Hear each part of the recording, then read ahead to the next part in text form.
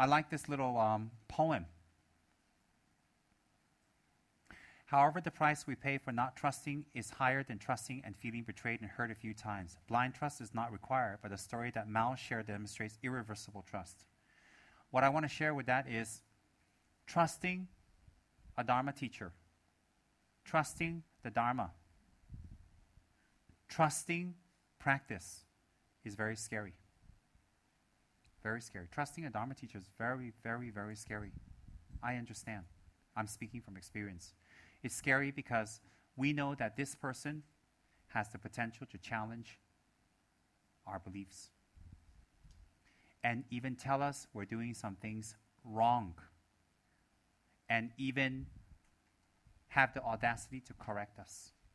So trusting a Dharma teacher is very scary because we don't want our belief and value systems to be challenged. And by not wanting them challenged, it might be good, but it can be better. It can be better, it can be even more better. Therefore, not trusting something that is trustworthy, such as the Dharma, we will pay the price of not trusting.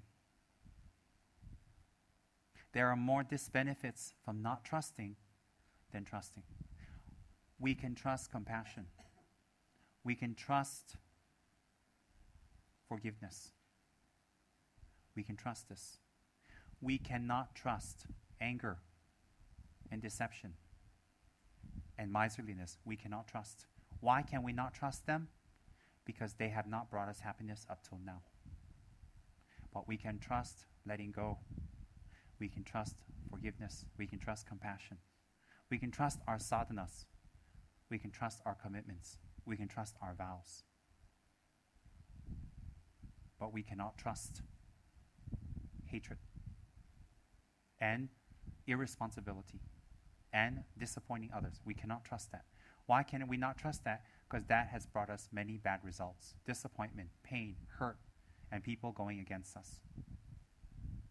So therefore, if we don't want to trust the Dharma or truth, we will have to pay the price for that.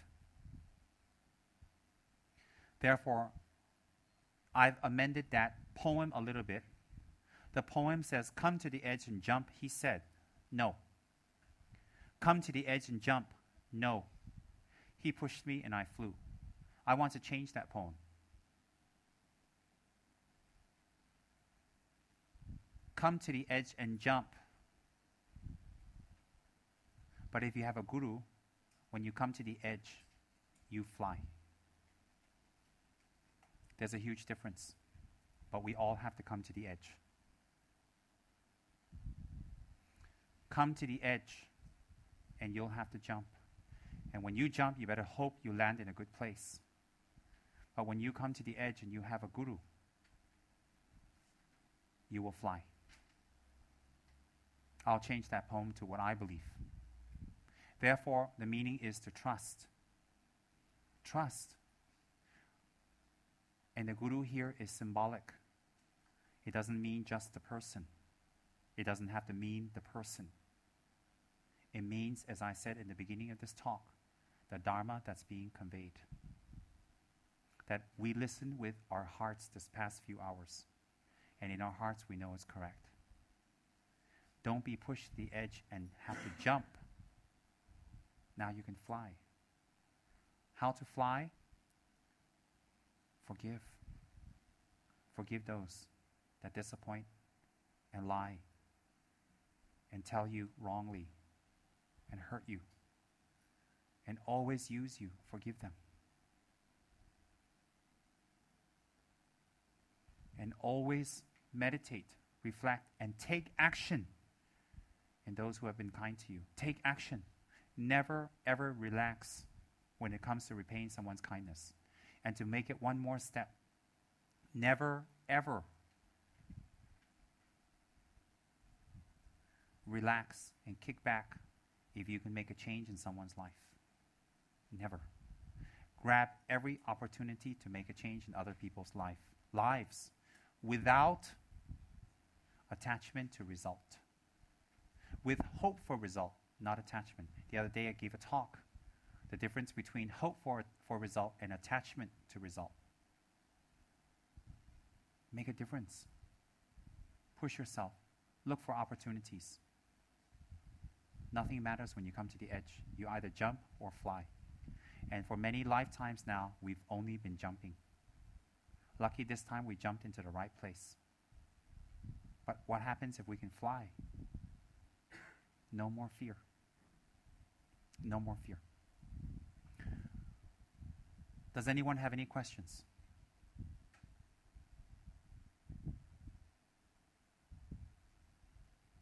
Anyone has any questions? All right. We have finished today. We're going to do a short dedication. And next month, same time,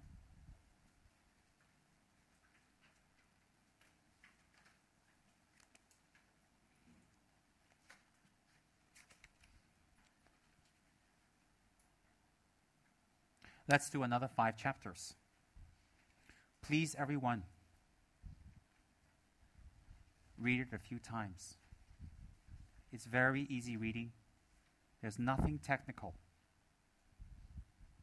Take time away and reward yourself. Read it a few times, the next 5 chapters. We'll have questions to help us think deeper. And from what we've read and from questions we may have from the audience, I will explain and elucidate better from what I know.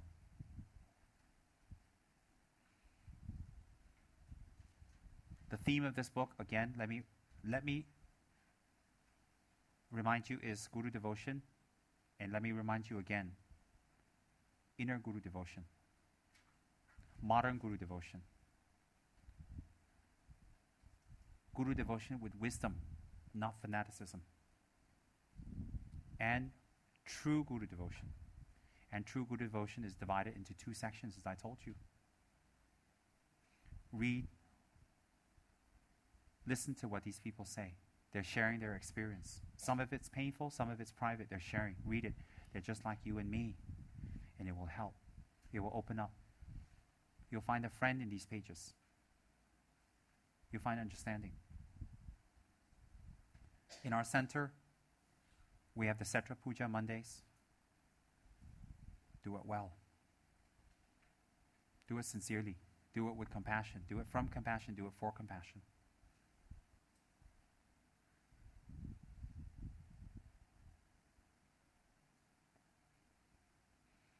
We have the Miksamas, and we need to finish it.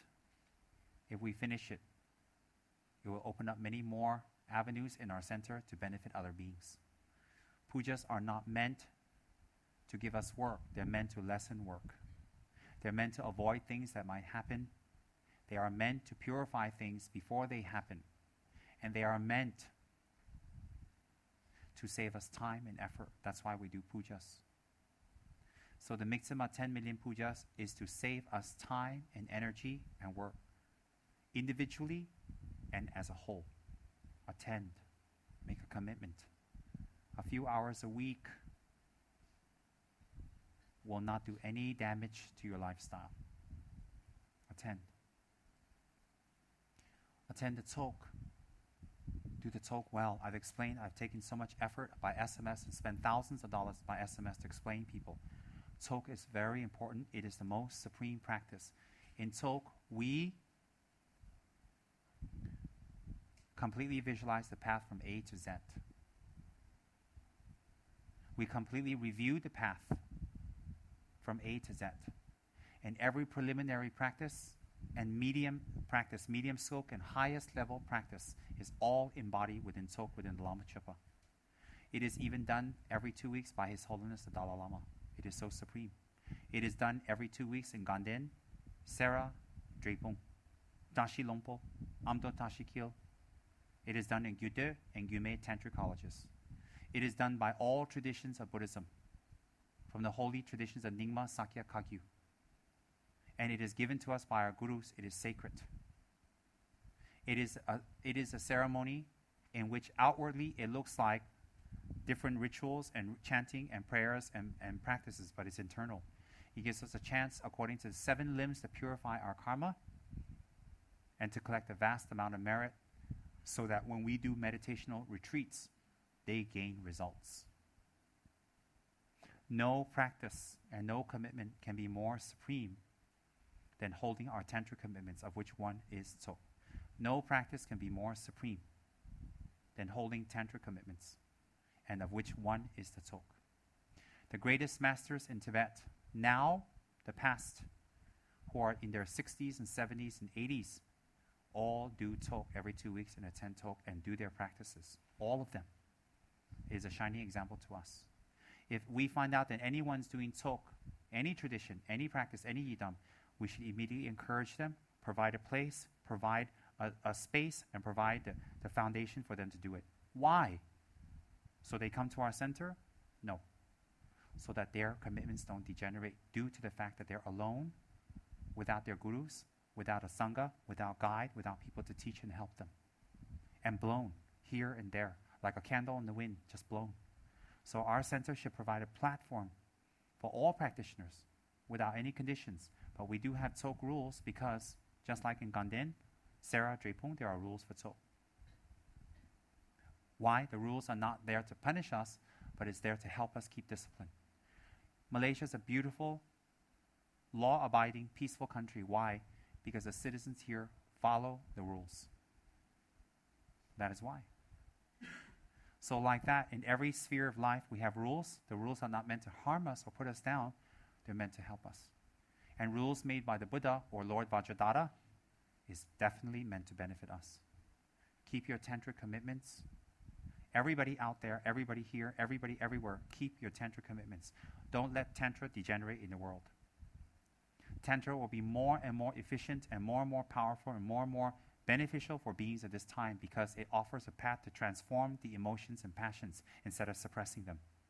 It offers a method to transform the passions and emotions, not suppress them. Therefore, the tantras will be much more efficacious for people of this time. Every tantric system is valid and complete. And every lama has a valid and complete lineage of tantric practices that have benefited many beings for hundreds of years. And no one can say which one is better or worse.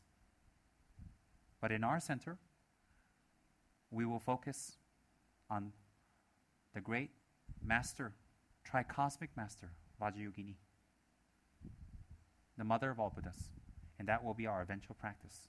And a few days ago, I gave a more extensive touching on secret aspects of Vajrayogini's body, speech, and mind and practices according to death, bardo, and rebirth, and according to the 3 bodies of a Buddha. I gave a more extensive teaching, not complete, the other day. In any case, my point is, right now we're studying is Sutra. Our motivation is making it Mahayana, but our practice will be Tantra. So in that way, our center is a Triana center.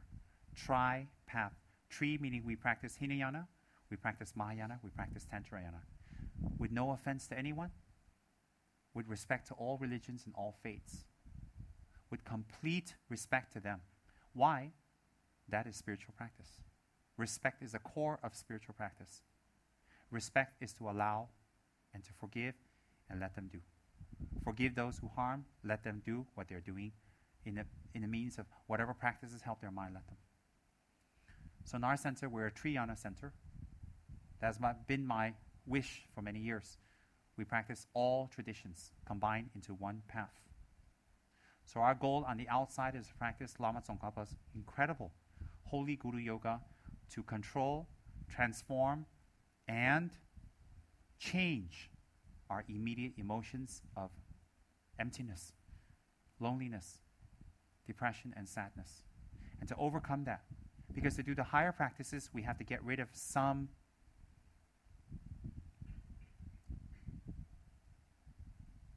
obstacles and stones along the way.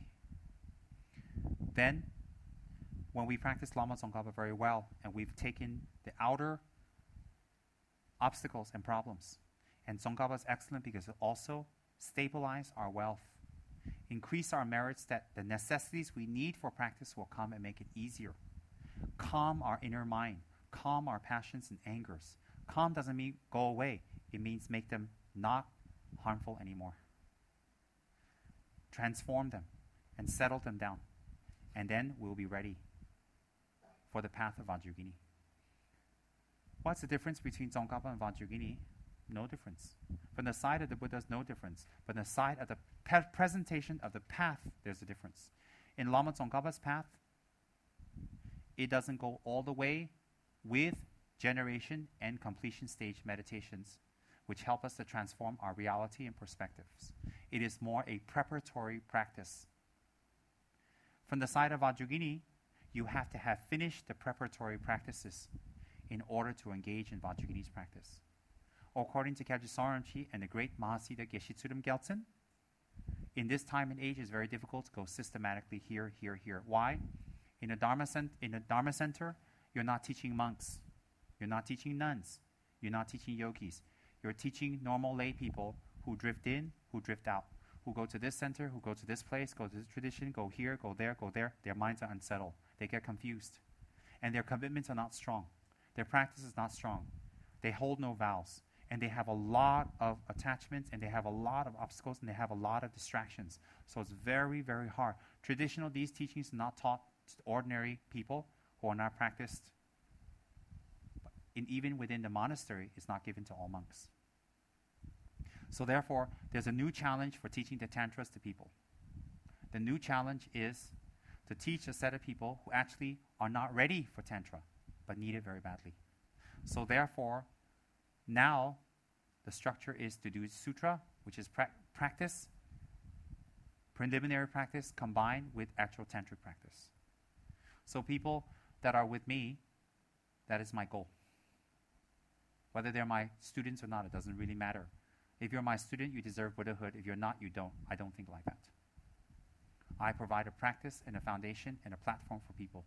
Free, easy, open. Why? A, you're just like me. Nobody wants to suffer.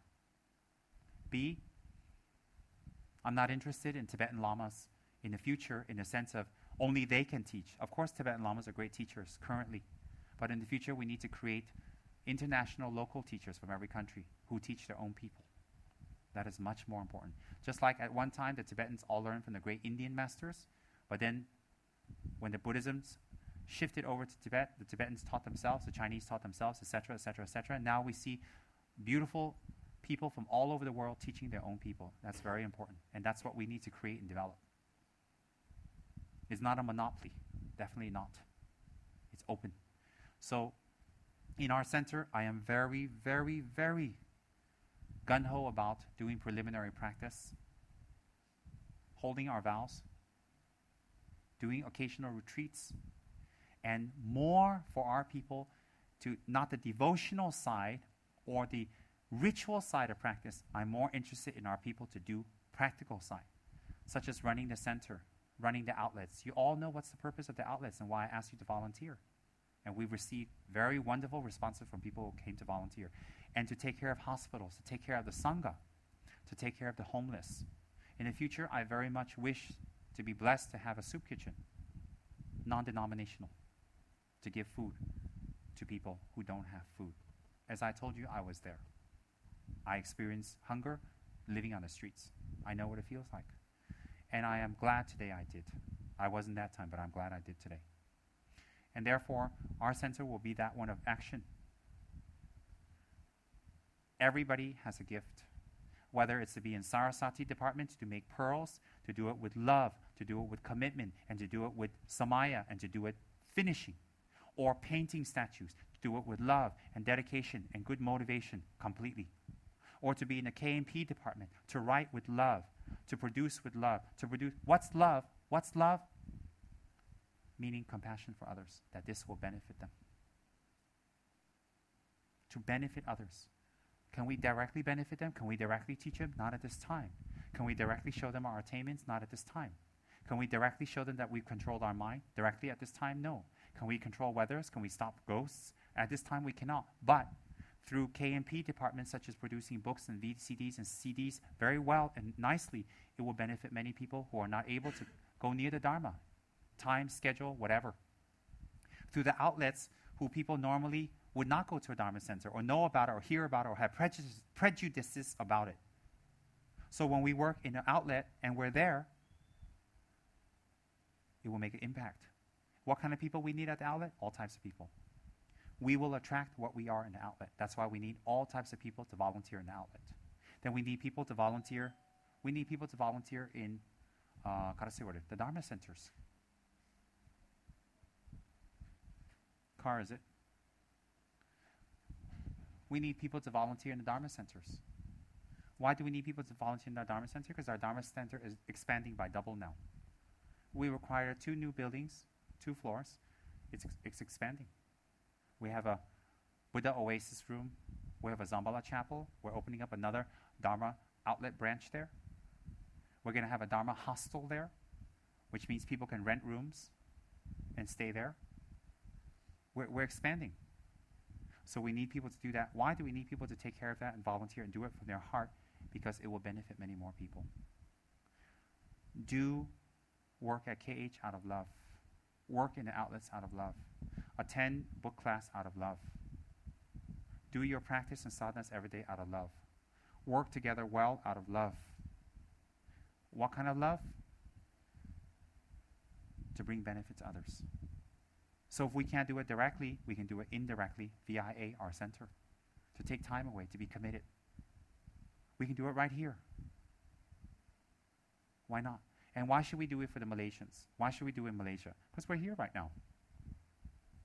It doesn't matter the people we help are Malaysians or Europeans or whatever. It doesn't matter because sentient being is sentient being, but the karma or the merit we receive from helping will be the same.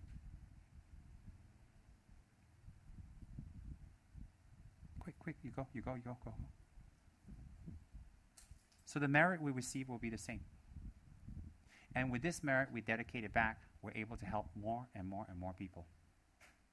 Don't just wish and pray. Doing. Don't wait. There's no better opportunity, as Tamara has said. Don't wait. Don't procrastinate. Don't wait for conditions to happen. Conditions don't happen. Right now is the perfect time, no matter how difficult it is. And when you do Dharma work, inevitably, remember this, you will come across monsters and weirdos and all kinds of strange people and disappointments and all types of anger and arguments. You will. Why? People are people. But at least this time when you're angry or pissed off or overworked or burned out or tired or exhausted, it's for a higher cause. It's not just for a paycheck. It's not just for money. It is for benefiting others. So when you're tired for the Dharma, you should be happy. When you're pissed off for the Dharma, you should be happy. When you're burned out for the Dharma, you should be happy. When you meet monsters for the sake of Dharma, you should be happy. When you meet bloodsuckers and parasites for the Dharma, you should be happy. Why? Because we're going to meet them anyway. We're going to meet these people anyway, or these kind of beings anyways. There's no way to avoid them. There's nowhere on this planet where we don't meet scary, nasty, horrible experiences.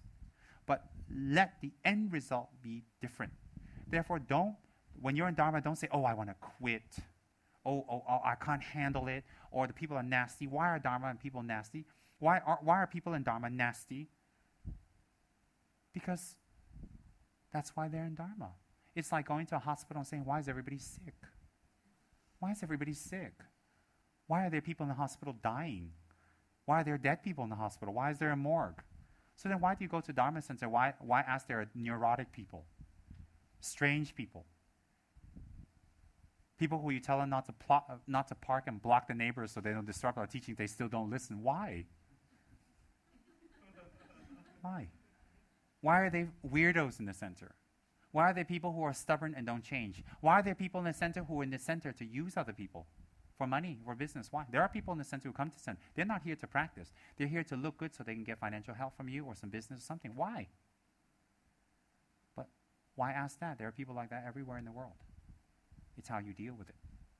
At least there are nice people, and there are people focused, and there are people who have direction, and the direction is to bring spiritual relief for others that you can't obtain anywhere else. So at least for the Dharma, when you suffer, if your perspective is wrong, you're suffering for the Dharma. If your perspective is correct, you're absorbing the burdens of others and giving them your happiness.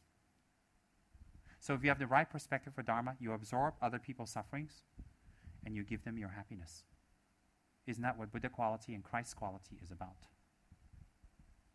What did Jesus said when he was slapped and beaten, humiliated, and he was called a liar, and he was tortured, and they made him carry his own cross. And then after carrying his own, they whipped him even more, put thorns on him, humiliated him by giving him a red cloak, calling him a king of the Jews. And then when they put him on, when they crucified him, and they erected the crucifix, there was even two people on the left and right. One was asking him for refuge. The other one was putting him down. Even when he's dying, there's a person there putting him down. And what did he say? Father, forgive them, for they know not what they do. And that's why Christianity grew to benefit so many people in the world for over 2 millenniums now. Because of this statement Lord Jesus made. Compassion. So if we want to be Christ-like or Buddha-like, if we want to find Buddha or find God, we can start right now by suffering for others, by absorbing for others. How do we start? With the very people we live in that get on our nerves. Quiet, don't fight, don't react back. Don't shout back and say back what we want to say to them. In pujas, in teachings, at home, here, there, don't shout at people. Don't tell them off. Don't say anything that comes from anger. Don't cover it by saying you're being compassionate. Don't say anything from anger again if you want to be a Buddha. Don't say anything from anger. Don't do anything from anger. You want to know spiritual practice? You want to know how to start? I'm telling you right now. Don't say and do anything from anger. It is very hard. It's easier to do some mantras. It's easier to make some offerings. It's easier to do some prostrations. But it's not easy to do something. So stop doing something from anger. Start right there. That's spiritual practice. That's Guru devotion. That's Buddhahood. That's finding God. That's tapping into your real nature. Are these words beautiful? Do they touch you? Let it touch you when you leave this room. Let it pervade your life when you leave this room. Don't wait for your guru to criticize you or tell you good and bad. You be your own guru. If you don't want your guru to tell you what to do, you tell yourself what to do, and you tell yourself the right way. Live your life not ashamed anymore. Live your life not embarrassed anymore. Live your life not fighting for attention and fighting for ego and to be right. Live your life to absorb other people's difficulties and give back your happiness. And to develop courage from that. And the courage will grow. And so if you're able to help one person, it will become 10, 100, 100, 200, 300, 1,000, 100,000. It will increase. You will build that kind of energy base, energy nucleus. Why? It starts with just one thought. So when you suffer for the Dharma, when you're tired for the Dharma, when you're exhausted for the Dharma, what is Dharma? Buddhism? No, no, no. No. Suffer for the Dharma means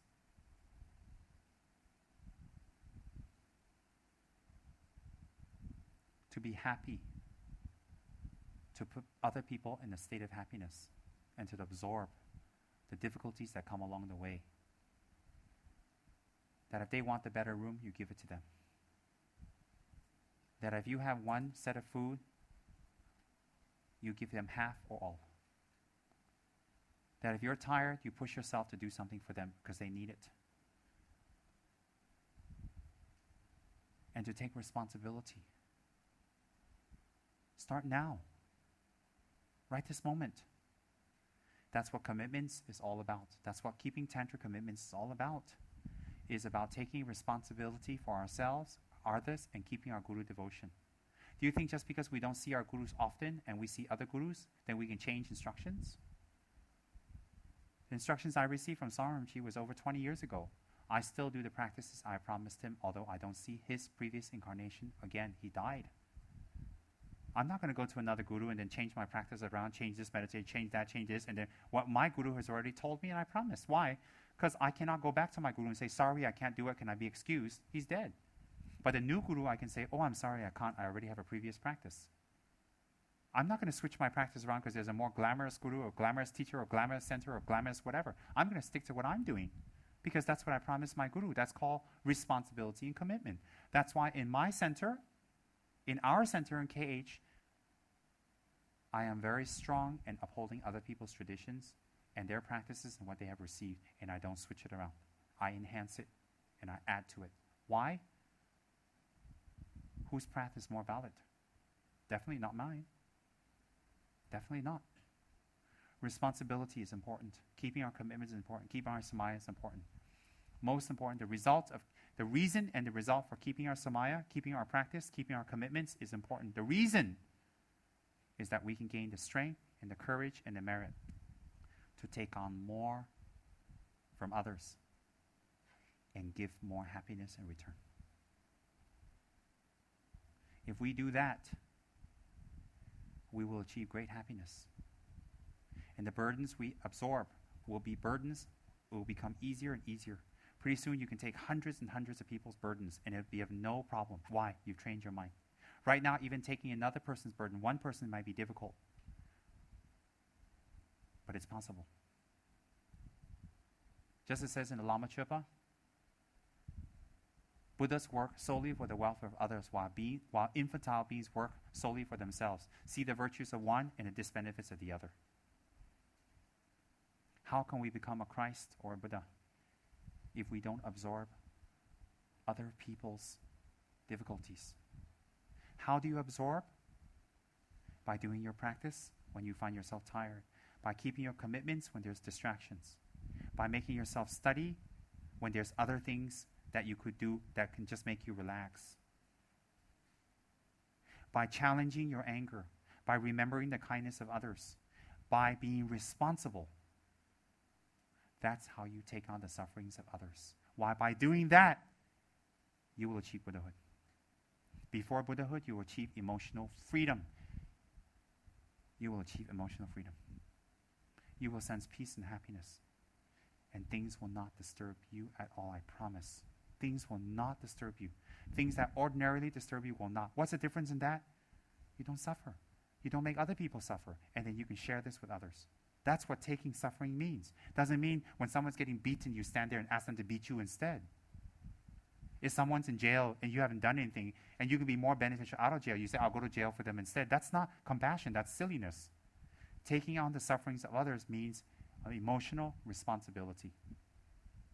Right now, sitting here listening, taking notes and saying, I'm going to practice this, is taking on responsibility, absorbing the sufferings of others. Why are you here? So that you can benefit others. By benefiting yourself. This is taking on sufferings for others. It's time. It's time. It's time to take on sufferings of others without recognition. It's time to burden yourselves for others without recognition. Because in burdening yourself, you will not feel burdened anymore. Because you build up that mental strength and courage. We all need this. What I'm speaking to you has nothing to do with religion almost. It has to do with our human existence. That's the beauty of Buddha's teachings. We're talking about our human existence. And I'm not just telling you, be nice, be nice, be nice. I'm giving you a method. I'm telling you why. I'm telling you the cause. I'm telling you the result. I'm giving you the whole spectrum. It isn't just, be nice. I'm on a pulpit holding my Lamrim book and waving the Buddha at you. You got to be nice, or you're going to go to the 18 lower hells. You got to be nice, or you're going to be a pig on a farm again. You got to listen to the good book. If you don't listen to the good book, you will be damned. We don't need a good book or no good book to be damned. We're already damning ourselves by not being nice. It's not about that. I love those Southern Baptist ministers, you know, those televangelists. I always thought I can be one of them. Couldn't you see me as a televangelist? Oh, I can ham it up. And I can get myself a wife that wears a lot of makeup too. Call her Tem Faye Baker. Anybody knows Tammy Faye? That's right. Some of you will know.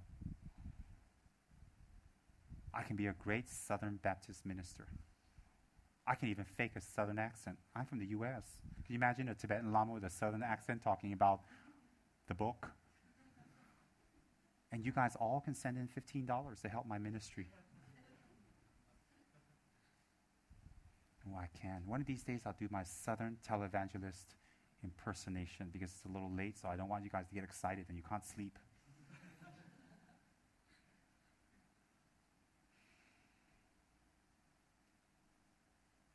If we take on the sufferings of others by being responsible, by keeping our commitments, by holding our vows, by developing a mind that gains courage and strength, that's how we take on the sufferings of others.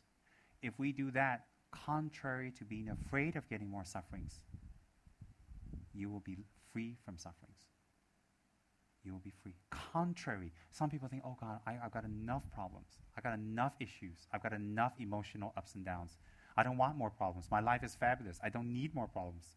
Some people say, take on the problems of others. No, I can't. They're scared. Why? Because they don't understand the real nature of taking on the sufferings of others. They don't understand the real result. They're not stupid, they're ignorant. That's why we attend Dharma teachings. When we absorb the sufferings of others and the problems of others, we become people like Mother Teresa. Do you think she suffered? Do you think Mother Teresa suffered? She lived in suffering. Suffering was around her. Do you think she suffered? Do you think that lady suffered? No. Because she chose to take on the sufferings of everyone, she never suffered a day. Even to this day, her blessings are very strong in the world. When we talk about her, what do we identify? How do we feel? Is it about Christianity and Buddhism? No. It's about her going back to her real self, taking on the sufferings of others and helping others. Just the name is Buddha, a God, and Christ. In our case, it's Buddha and karma. Just the name. Why argue about that? Why? Absorb and take on the sufferings of others and difficulties of others by being responsible, by transforming your mind, by keeping your commitments, by being true to your guru, by doing your practice. And you'll see your mind grow. You'll see courage grow. You'll see disappointments become less. And I promise you, taking on the burdens of others, you will not feel burdened. You will not. On the contrary, you will feel very happy. Right now, not taking on the burdens of others, not taking on the responsibilities of others, just taking yourself and not even taking your own responsibilities. How much fear it creates. How much unhappiness do we experience? How much disappointment do we create? How much pain do we create to others? By not even taking care of our own responsibilities. But when we take care, if we look around us to people who take care of the responsibility, become better, how much happiness they bring to people around them. How much inspiration do we create to other people? When we look at someone who takes responsibility, how much do they inspire us and they get our respect, and how much do they benefit? So therefore, if we don't take responsibility even for ourselves, how much problems do we make for people around us? Each time people say something to us and no one's watching, we don't do our work. When they're watching, we do our work. How much suffering does that create? For others and ourselves. How much suffering? Very simple. Don't think any deeper. Suspicion, disrespect, and people lose confidence in us. How much? When we have to be told what to do. When we watch, we do it. When we don't watch, we don't do. How much? When we promise a timeline or a deadline, or we promise some commitment, we promise some whatever to people, and we don't do it, how much doubt and unhappiness does it create in other people's mind? We created that. If they yell at us and we shout back and we become their enemy, we tell people their anger is them. We did that. It's not them. We did that. We did that. Is that spiritual? Not keeping your promise and timelines and what you committed to is not spiritual. Why? You're making people unhappy. Very simple. And then you're praying and chanting and having altars and say you're in the Dharma. So if we take our own responsibility, we already make ourselves and people around us happier. You know why? Less fear. Less fear of being caught. Less fear being 초단당, less fear of being scolded, less fear of criticism, less fear of being discovered and found out. Already we feel happy. We're more relaxed. We don't have to defend and protect. And then if we take responsibility for other people, the feeling we have for taking it for ourselves will increase even more. Contrary to having fear of taking other people's sufferings and therefore we suffer more, that is a mind who doesn't understand the nature of sufferings and its antidote. That mind will be afraid of taking on other people's sufferings and having courage. Why? That mind doesn't understand the real nature, cause, and antidote to hardship and suffering. Very simple. Do you think truly enlightened and spiritual people suffer? They don't. Never mind high lamas like Dalai Lama and Mother Teresa. Never mind those high lamas like them. Even if we look at a wonderful country woman in the villages, in our own countries, where we see a wonderful, hearty country woman who's giving, who shares her milk with other people, who shares her bread, who's very open with her farm, who's easy, who's accepting, who's kind. Everybody flocks to this person. Everybody goes to this wonderful country woman who's not even educated, but her kindness and her love and her openness and her ability to take responsibility challenges our fears and inspires us to transform. Buddhism is a beautiful method for developing courage, taking responsibility,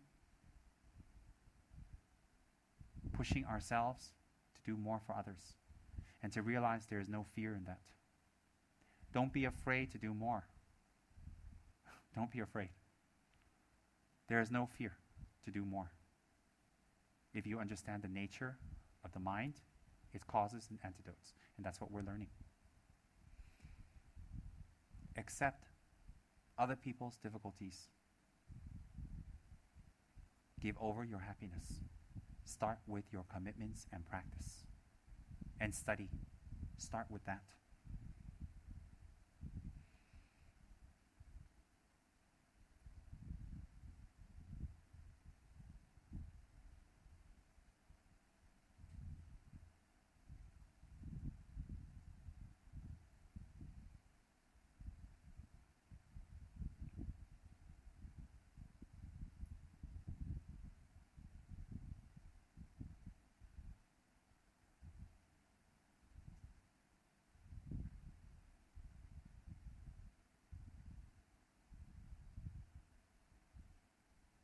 Start with the very people that we live with and the very people we work with. To be responsible, to be open, to be generous, to do what we're supposed to do without being told and reminded. Start our Dharma practice with the very people we live with and the very people we work with. To be open and generous, to take responsibility, to not be reminded and pushed for what we're supposed to do. Start now. Start your practice this moment. Start immediately. And when you slip, push yourself. Start now. That is your yidam. That is your mantra. Don't wait for things to go wrong. Things will go wrong. Do you know samsara? Everything for everybody else all around goes wrong. Why won't it go wrong for yourself? It will go wrong. It's a natural state of existence.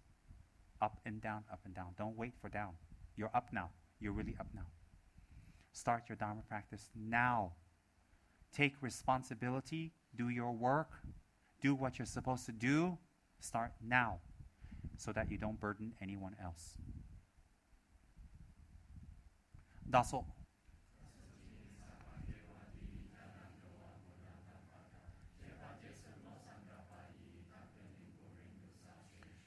Janju.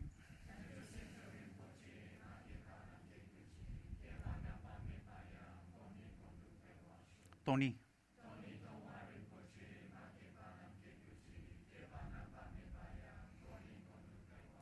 Gewan. Lama Sangye Jugu Ne Joa Jige Malu Pa De Sala Go Bara Sho Chuji Jabu.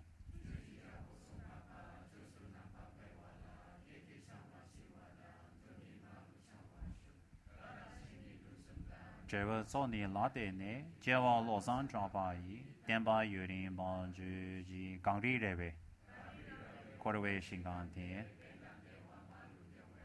Chene zin wang den zin gyal so yi, shabe si du fa du ten ju ji.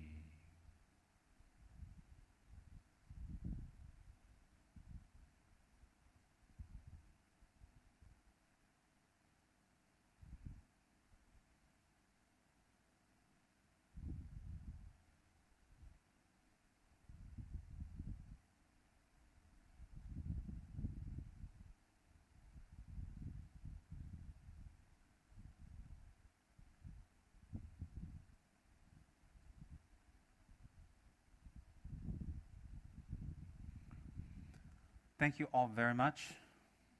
I've enjoyed myself tremendously to be reminded of my practice, to read over what I need to do for myself, and to be able to check what I've been doing and what I've neglected. I'm very happy. And for some of you who've heard this the first time, or for some of you who've heard it before, I'm very happy to share again. And again, I thank the people who have taken care of Dameikang, prepared the place, cleaned, organized it, turned on the lights, paid the bills for all this to happen.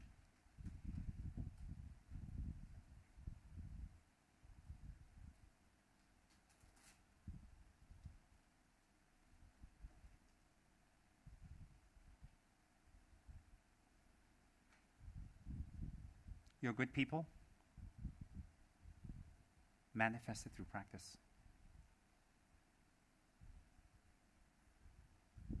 And next month, I'll see you for the next 5 chapters. Please read it well. Don't think, oh, it's so little. I can read it on the last day. Don't take it as a reading. It's very beautiful. What these people write is pure Dharma. And their experiences are pure Dharma. And their transformations is pure Dharma. And they're just like you and me. It will be very helpful. It's a very beautiful book. I'm very moved by it. It's a wonderful book. And all of you have been very focused, alert, and awake, and listening. That shows you the result of taking responsibility for your body, to push yourself. That's taking responsibility. Again, let me remind you, the purpose of our teachings and gathering here is to challenge, encourage, push, and support each other to reach our potential. That's the purpose of these classes here. I'm happy to see all of you. Not because you're listening to my talk. You're here because you want to make things even better. And that's very happy. That's a good reason to get together. It's better than many reasons we've gotten together with people in the past. That's a very good reason to get together, that we want to do something of benefit to others. Remember, inverted commas, suffer and take on burden for the Dharma. Inverted commas, suffer. Actually, he's not suffering. Do it happily. Don't complain. By complaining, we encourage our negative, neurotic mind to have a chance to surface again. Be happy. Be energetic. Be happy to suffer. I'm not trying to be poetic. Be happy to suffer. It's possible. Our own mothers have suffered for us so much for many years while we were in her womb. By reflecting on the kindness of the mother, according to Shantideva, we realize there is compassion in the world. If there is compassion of that of a mother for her child, then there's definitely the compassion of a Buddha. It's all connected because there are different stages. Definitely the compassion of a Buddha for all of us is much greater than the compassion of a mother for her child. But the mother's compassion for a child is greater than the compassion we have at this point. One step leads to another. So if a compassion of a mother for her child is real and tangible, compassion is tangible. If compassion is tangible, there should be no limit to compassion. If there's no limit to compassion, definitely there must be existing Buddhas with much greater compassion than what we have that's achievable. Very logical. Very clear. Don't think it's some faraway, distant, exotic word or wish. It can be achieved. It must be achieved. It is a natural evolution for us to achieve compassion. It is a natural evolution. Why? We're secure, comfortable, happy, and at peace when we're compassionate. It's very natural. It's very natural to be compassionate. Very natural. The essence of today's teachings, again, is Guru devotion, finding the inner Guru. The essence of today's teaching is how to find one's inner Guru and the two methods that I explained to you all. And the application of those two methods will lead to higher thoughts, more courage, and attainments. And when we engage in the tantric practices that expedite, it's like taking an airplane to a location as opposed to a train, then tantric results will come. Do not think there are people without tantric results. There are people living today, walking and among us today, who definitely have tantric results. Definitely. So therefore,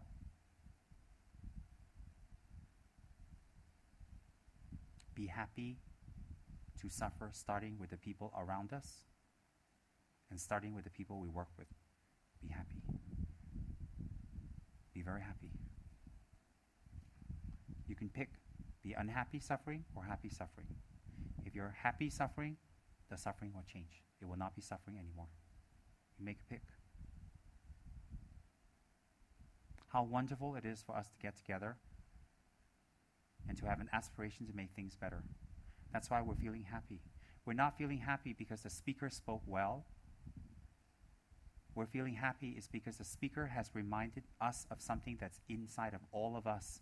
And when we tap into it, we feel very happy. That's why we feel happy at this time. So before it becomes too late and you become unhappy, I will say good night.